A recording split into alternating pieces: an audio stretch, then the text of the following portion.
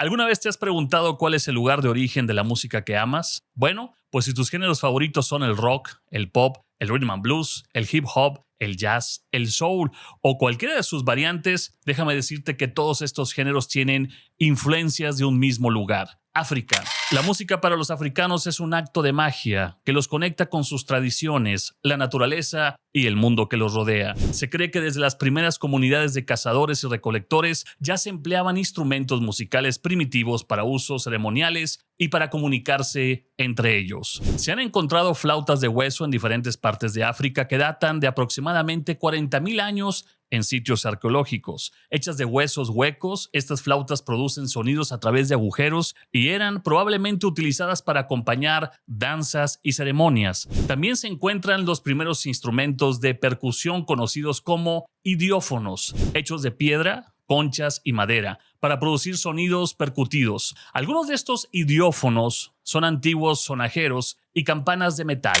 En distintas zonas de África, como en las montañas de Drakensberg, en Sudáfrica, y el desierto del Sahara, en el norte, se han encontrado pinturas rupestres que muestran escenas de danza y posiblemente música, aunque los instrumentos no siempre son identificables. Estas pinturas, que datan de hace 10,000 años o quizá más, son algunas de las evidencias más antiguas de la importancia de la música y la danza en las comunidades africanas antiguas. Dentro de las primeras comunidades africanas comenzaron a surgir los primeros sabios que transmitían sus conocimientos a las nuevas generaciones a través de cantos. A estos sabios se les conocía como griot, y los griots conservaban la historia de la comunidad o clan, narrando los logros de sus antepasados y acontecimientos importantes. Dado que muchas culturas africanas antiguas no utilizaban sistemas de escritura, los griots eran responsables de preservar la historia a través de la palabra hablada. En 1619, un barco inglés llamado White Lion llegó a Jamestown, Virginia,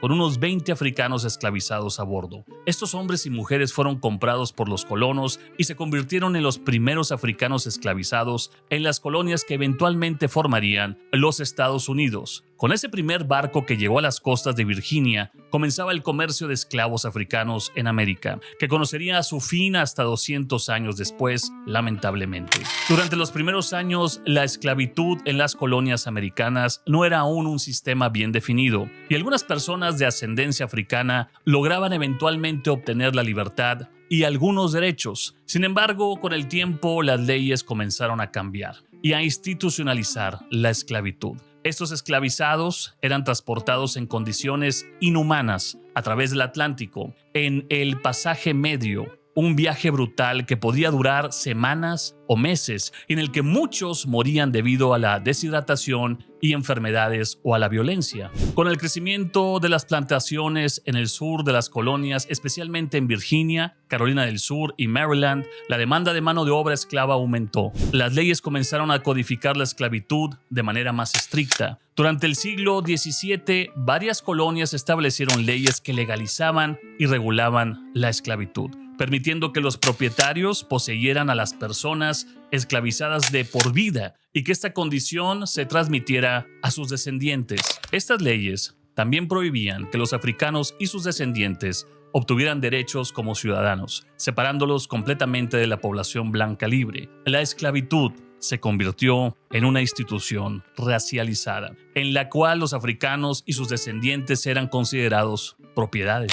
A medida que el algodón y el tabaco se convirtieron en los cultivos principales de exportación de las colonias del sur, la demanda de mano de obra esclava se disparó. La invención de la máquina de algodón en 1793, que facilitaba la separación de las fibras de algodón de las semillas, hizo aún más rentable el cultivo de algodón, especialmente en los estados del sur profundo, como Georgia, Alabama y Mississippi.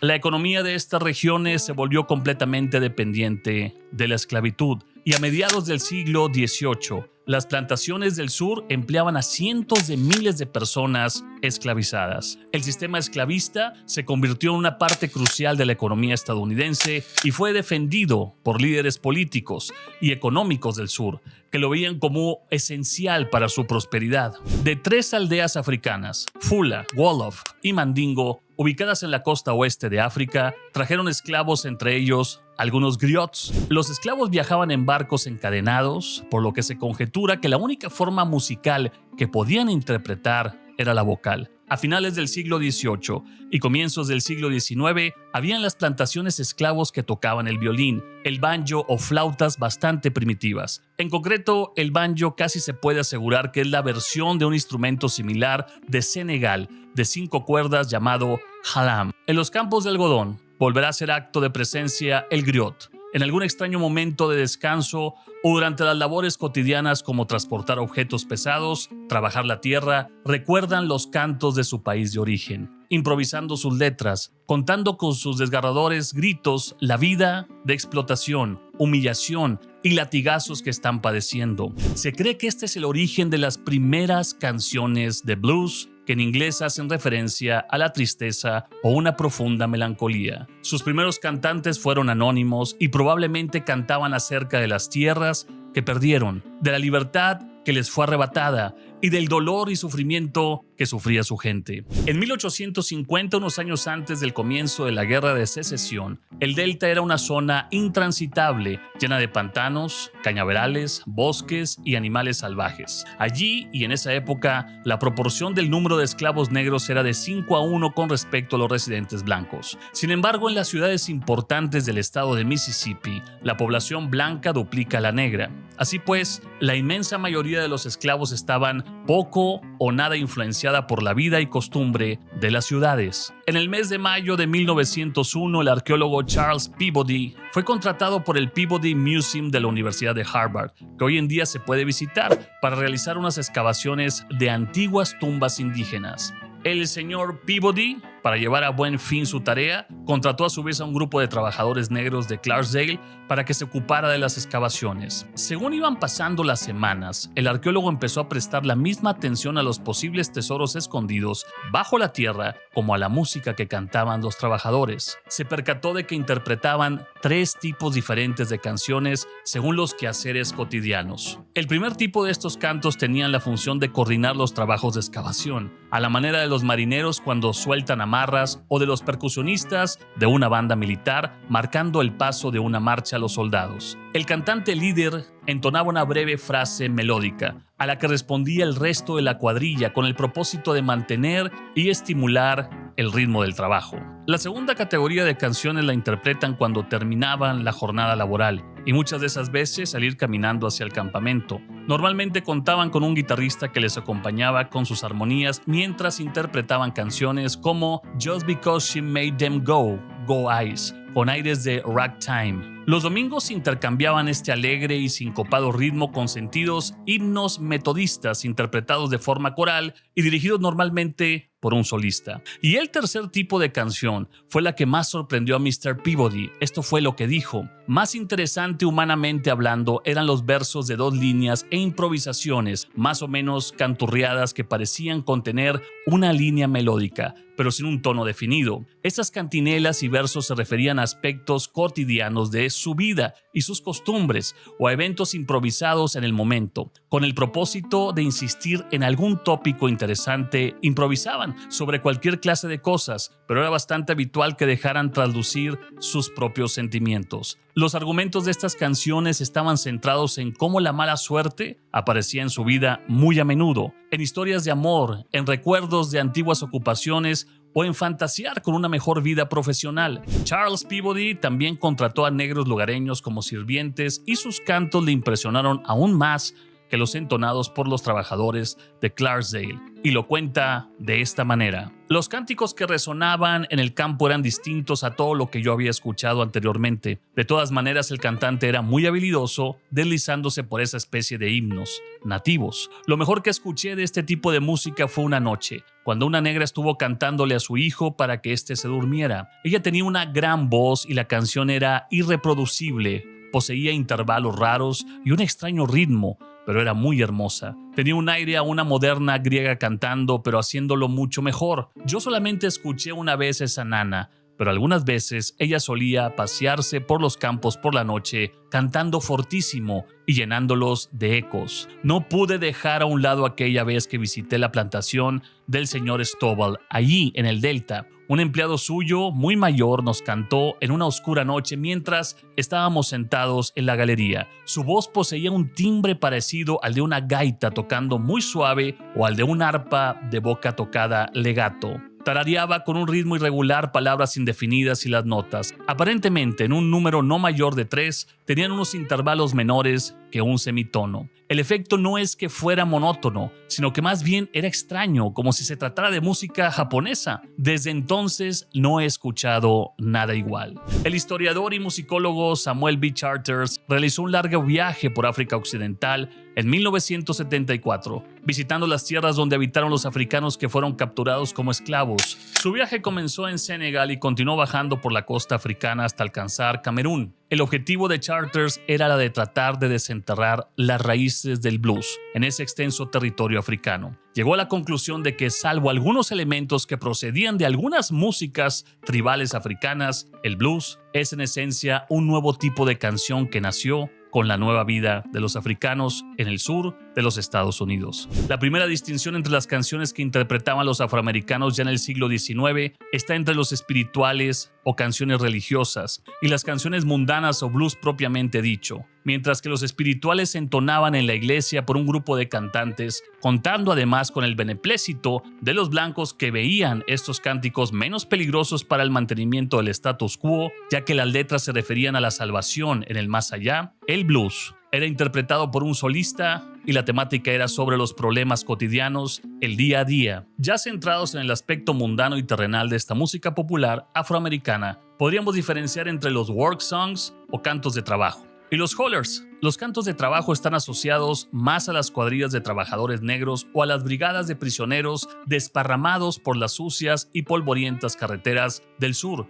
Probablemente este fue el estilo que Mr. Peabody escuchó en las minas. El holler blues es más un estilo a capela, con el cantante interpretando para sí mismo, pero con un elevado tono de una voz y una mayor libertad en el ritmo. No fue hasta 1890 aproximadamente que los estudiosos del folclore comenzaron a coleccionar la música popular y hasta comienzos de 1900 no se realizaron las primeras grabaciones de esta música. Y lo único que se sabe con certeza es que hasta ese momento, tanto las work songs como los hollers se interpretaban sin ningún tipo de acompañamiento instrumental. Entre 1850 y 1870 el blues en su forma primigenia saltó de los campos a las primeras iglesias que admitían esclavos. Solía tratarse de graneros y bodegas en donde se improvisaba el culto y los cánticos de los esclavos adquieren otro sentido. Ante esta amenaza, la iglesia establecida surgió un contramovimiento, los llamados minstrel shows. Se trataba de compañías ambulantes que representaban de manera burlesca estereotipos raciales. Entre ellos el canto del blues y su manera de llevar los ritos cristianos. Como los esclavos no podían actuar, todo eso era representado y cantado por personas blancas pintadas de negro. Los minstrels era el nombre que recibían los músicos ambulantes. El creador de este espectáculo fue Thomas Dartmouth Rice, conocido popularmente como Jim Crow.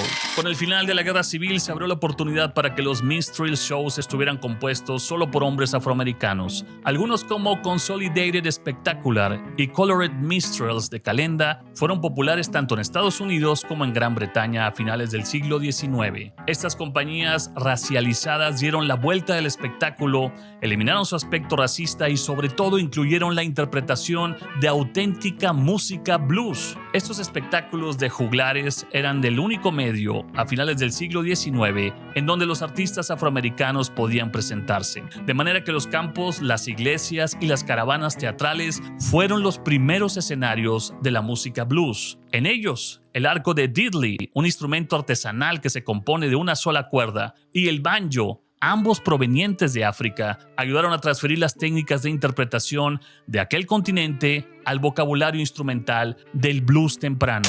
Todo esto nos lleva a uno de los acontecimientos más importantes en la historia del blues, ya que gracias al encuentro de William Christopher Handy con un vagabundo en una estación del ferrocarril es que el blues llegaría a los estudios más grandes. W.C. Handy es alguien que necesita su propio video. Pero, resumiendo brevemente su historia, fue el primer gran ícono afroamericano del blues y uno de sus mayores exponentes en el mundo. Es considerado como el padre del blues, pero él comenzó su carrera musical en iglesias y presentándose en minstrels. Su primer encuentro con el género fue en una pequeña estación de tren en Tukwila, Mississippi. Esperando la llegada de su tren, escuchó a un hombre tocando una guitarra de una forma que no había escuchado antes, utilizando una navaja a modo de slide. Handy describió más tarde aquella música como la más enigmática que jamás había oído. Durante un tiempo buscó similitudes entre los elementos que conformaban aquella canción y los de la música popular del momento, buscando la viabilidad del estilo como producto comercial. Finalmente empezó a trabajar en ternas de blues y a incluirlos en su repertorio. Podríamos decir que Handy fue el primero en dar las primeras giras de blues por todo Estados Unidos, dándolo a conocer por todo el país. Pocos años después, Handy grabará las primeras canciones del blues en un estudio de grabación. Hay otro punto importante a añadir. Las primeras grabaciones de blues no fueron blues propiamente dicho. Incluían también baladas populares o country. Además, las compañías discográficas eran propiedad de blancos y quienes supervisaban las grabaciones eran blancos. Las grabaciones realizadas fueron las que ellos quisieron. ¿Se perdió algo en el camino? ¿Alguna forma musical no les gustó? ¿No la grabaron y se ha perdido en el transcurso del tiempo? No lo sé. Fue la compañía Oken Records quien grabó por primera vez a una cantante negra, Mamie Smith, en febrero de 1920. Y aunque el sello no promocionó el disco, su inesperado éxito de ventas llevaron a esta cantante de nuevo al estudio. Otras compañías discográficas empezaron a vislumbrar el potencial que podían tener las grabaciones del blues. A medida que se iban realizando las grabaciones de Classic Blues, más compañías querían entrar en el reparto de la tarta y comenzaron a buscar nuevos intérpretes lejos de las grandes ciudades. Fue por tanto inevitable que se acabaran por registrar en discos temas de blues rural o down home blues. Actualmente la música se asocia como un acompañamiento de algún momento de júbilo o entretenimiento. Solemos escuchar canciones mientras cocinamos, vamos en el auto, realizamos alguna actividad, salimos de fiesta y un ritmo pegajoso bastante bailable nos hace mover nuestro cuerpo y olvidar por un momento nuestros problemas. Pero a lo largo de este canal hemos dejado claro que la música es algo más que eso. La música es cultura, es lenguaje y puede llegar a ser el alma de un pueblo o una generación. Desde las frondosas tierras africanas hasta los infiernos de algodón, la música acompañó a los africanos siendo su último refugio ante una horrible tempestad. Con ella recordaban las tierras que perdieron. Fue su manera de resistir y no perder su identidad. Cantar mientras recolectaban el algodón se transformó en un ritual que los unía con un deseo profundo de libertad. Los cantos se convirtieron en fantasmas que recorrieron generaciones, llevando la voz del pueblo. El blues fue de enorme influencia para toda la música en el siglo XX. Fue lugar de origen de géneros como el jazz, el rock, el soul y un largo etcétera que podríamos nombrar. Su estilo de improvisación y su manera de retratar la vida cotidiana trajo la atención de grandes artistas que encontraron en esa libertad propia del blues una forma de expresar sus emociones frente a los problemas del mundo. En este canal queremos seguir la pista de los grandes movimientos musicales, su origen, sus influencias y cómo llegaron a su fama mundial. En este primer episodio decidimos comenzar con el blues, ya que este es el punto de partida de muchos otros géneros musicales que terminaron influyendo en la música que hoy día escuchamos. Déjanos un comentario si te gustó este video y si te gustaría ver una segunda parte de esta historia, que caminemos juntos por la música, por todo lo que existe que nos conecta a través de un efecto sonoro eterno.